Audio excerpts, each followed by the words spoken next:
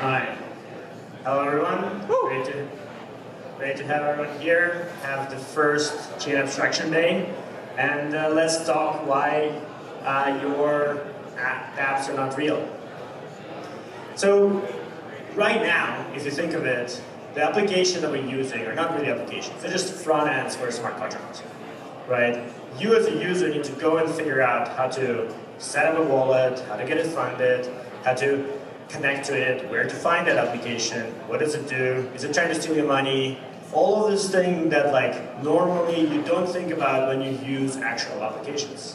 When you go to a product, a platform, you log in, you sign up, you use it, it's all in one place, you don't kind of break your head figuring out where to go and what to do next.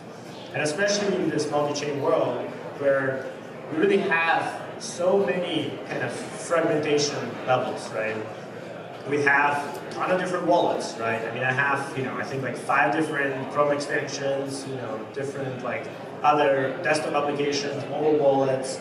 You have a number of kind of like developer experiences that are completely different, all kinds of user experience that is not the same between different applications. You need to know and think about gas, which is different, which token is this on. Some are using base token as Ethereum, some are like have their own token, some you need to bridge, some bridges don't work yet. Like you need to figure all of that out as a user. You have a ton of accounts. I don't know, like I have over 100 accounts on there. I probably have like 20 plus accounts in ETHDenver. I have like a bunch of Bitcoin accounts. Like it's super complicated. I have spreadsheets to manage my accounts. And so, like again, is this like how we think the application is going to be working in the future?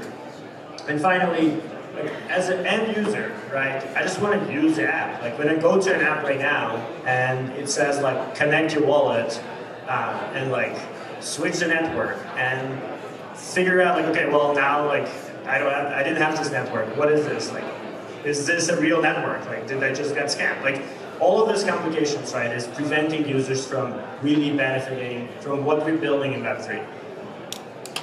And so, how do we go away from this? How do we really go away from this highly fragmented, highly kind of complex environment? And again, like, actually a lot of the work that really amazing work that infrastructure teams and application teams are doing is actually just contributing to that. So how do we bring it back all together, aggregate, defragment, and really give user kind of one experience? Think of it as like I want to go use one thing and kind of access everything. So that's what we call in chain abstraction movement. At the end, we want the user experience to be really straightforward, to not need to think about the underlying infrastructure, blockchains, and systems, but actually just benefit from the applications. And the idea here is that this is not a one protocol or one project or one application. It's a full movement that we have lots and lots of different kind of teams working together to really transform Web3, to change the current mindset from this kind of interchain wars and applications competing with each other for like which liquidity incentives are better, but truly actually start benefiting users. So it's really amazing to have kind of a ton of people here really coming together for this movement. We had the Cake Working Group launch with a ton of really amazing projects that are kind of starting to pull together and form this movement. And so I'm really excited kind of to see this year we're going to see a major improvement on this. And so it's important to understand like there's a lot of kind of terminology and new approaches that are flying around, right? There's intents, there's aggregation, there's modularity, there's orchestration. And you'll hear about all of these today. But all of these things are kind of the method, they're the how. But the what is chain abstraction. So the goal we're trying to achieve is that the users don't need to think about the security. Right now, when you think about it, you go to a new chain, you have no idea what is security. Maybe you're going to O2B to check, like, they have multi-sig with like at least 5 keys, right? Maybe you go check, if they publish a data availability on, trusted source, or you need to actually like validate that this chain has enough validators and not going to stop tomorrow. all of that is not something that as a user you should be thinking about. So how do we really bring all of these pieces together, right? That's what all of these layers are about. So Near has been working on this vision from the start. When we started being coming from a use case we wanted to build, we really were thinking about how do we make it easy for both developers but also users to onboard and use applications. Now, we were focused on Near blockchain, and we built layer 1 design for that.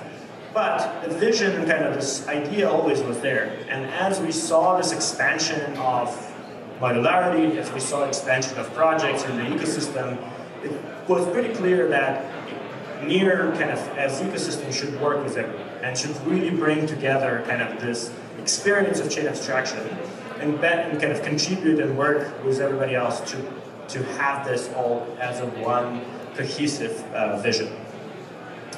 So I would start with specifically security aggregation because, as I mentioned, I think this is where, as this space is very security conscious, we debate on Twitter, is this decentralized enough? It's what happens when you fork, and is a multi-sig right tool to actually manage upgradability? It's really important to understand that as future evolves, as we have CK technology maturing, we'll see a lot more unification of security or aggregation of security happening because now you can prove state transitions with zero knowledge proof, aggregate them, and have each other trusting that you're not able to rewrite the history.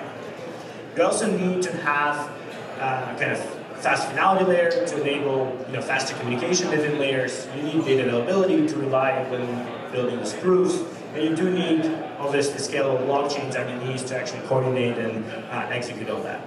So we're working with a lot of different partners on this. There's obviously different alternative versions as well.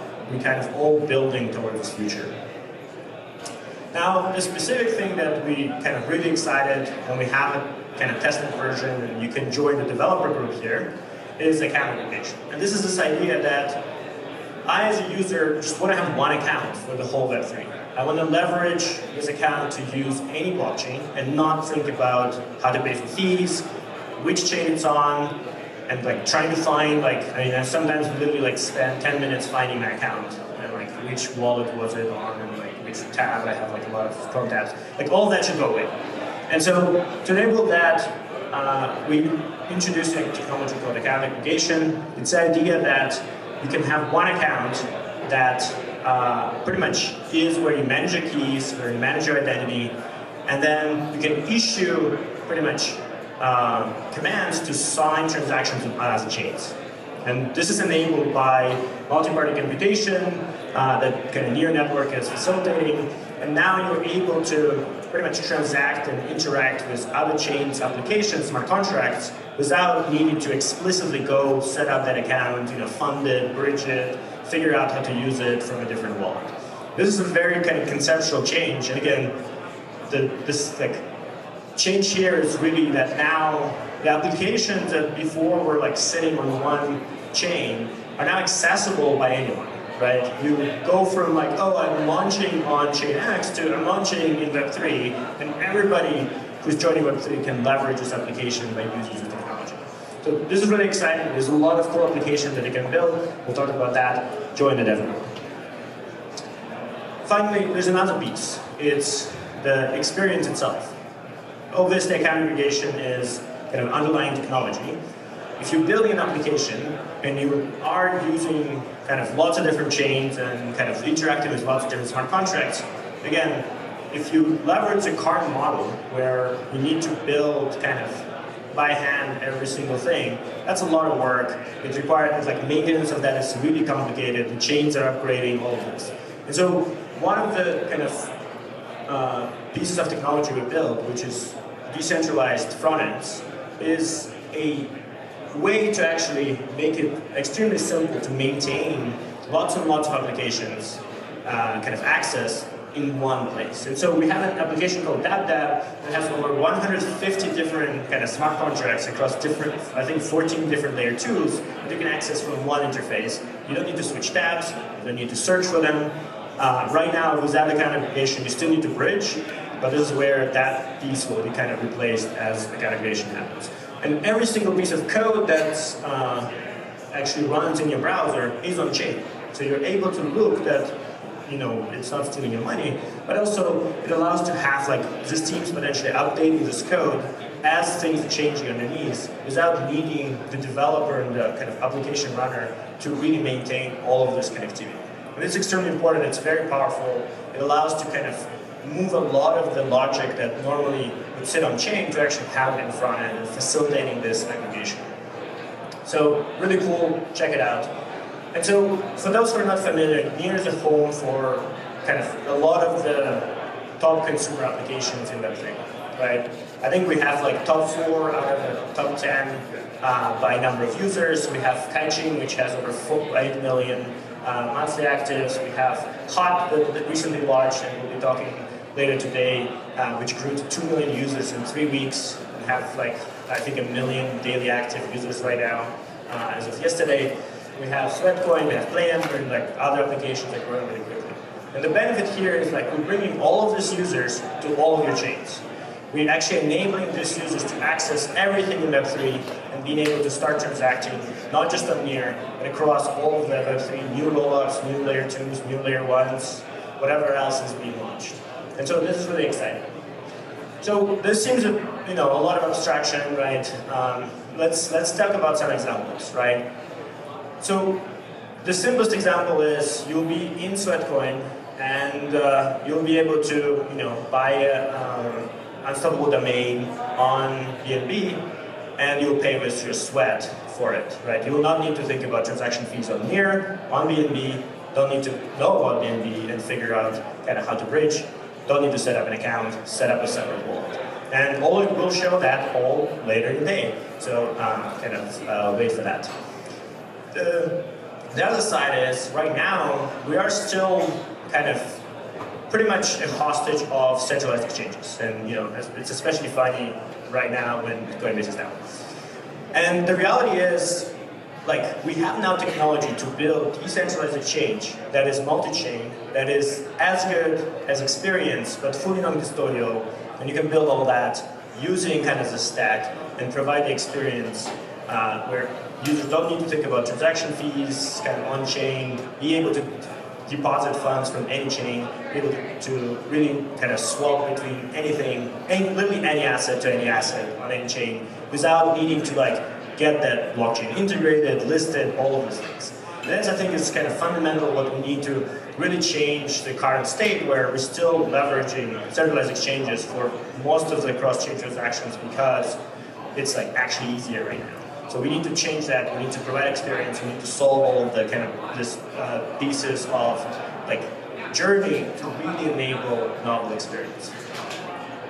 Finally, as an end user, right, you'll be able to transact with everything, meaning you'll have an account that can actually have access to every single asset and every single chain. You'll be able to interact with every single experience, and you will be able to pay transaction fees with whatever kind of currency you want, and not need to bother and kind of understand where each independent thing is. And I think that's kind of where we need to get to really get Web3 to mass adoption. So I invite everyone to join a chain abstraction community. We're going to be posting news. There are going to be more events happening throughout the year. And don't be the fragmented Web3 where you're waiting for unstaking and bridging, where you're missing airdrops and figuring out how much gas tokens you're having in different chains, and really start I would say changing the mindset to how are we gonna build really interesting applications that are accessible to everyone in Web3, and what are the best tools to really use them. And so today you'll have a lot of people presenting kind of different pieces of tool stack, and so you can actually you can choose and build amazing applications to benefit everyone in Web3. Thank you, and again, join Chain Abstraction, and I urge everyone to assemble into the Chain Abstractors